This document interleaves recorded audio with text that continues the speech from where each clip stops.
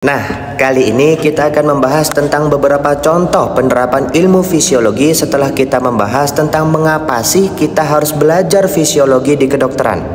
Yang pertama, pemantauan tekanan darah, yaitu pemahaman tentang fisiologi sistem kardiovaskular memungkinkan kita pengembangan alat pengukur tekanan darah yang akurat untuk mendiagnosis hipertensi dan memantau efektivitas pengobatan.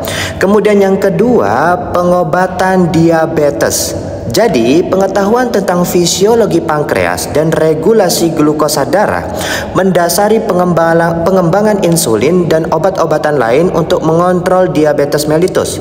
Kemudian yang ketiga, latihan kebugaran, yaitu prinsip-prinsip fisiologi olahraga diterapkan dalam merancang program latihan yang efektif untuk meningkatkan kebugaran, daya tahan, dan kekuatan otot. Kemudian yang keempat, terapi pernafasan. Nah, pemahaman tentang fisiologi sistem pernafasan itu digunakan dalam pengembangan alat bantu pernafasan seperti ventilator dan terapi oksigen untuk pasien dengan gangguan pernafasan. Kemudian yang kelima, pengaturan suhu tubuh. Pengetahuan tentang termoregulasi tubuh diterapkan dalam merancang pakaian dan lingkungan yang sesuai untuk kondisi cuaca ekstrim serta mengelola demam dan hipotermia. Kemudian yang keenam, nutrisi dan diet. Prinsip-prinsip fisiologi pencernaan dan metabolisme mendasari rekomendasi diet dan perencanaan menu untuk menjaga kesehatan dan mengelola kondisi seperti obesitas atau malnutrisi. Kemudian yang ketujuh, pengelolaan stres. Pemahaman tentang respons fisiologis terhadap stres seperti aktivasi sistem saraf simpatik dan pelepasan hormon stres membantu dalam pengembangan teknik manajemen stres yang efektif.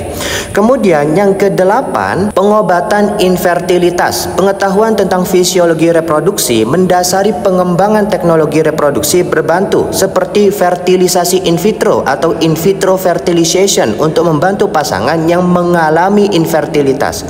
Kemudian yang kesembilan, desain ergonomis. Prinsip-prinsip fisiologi kerja diterapkan dalam merancang peralatan, kursi, dan stasiun kerja yang ergonomis untuk mengurangi resiko cedera dan meningkatkan produktivitas.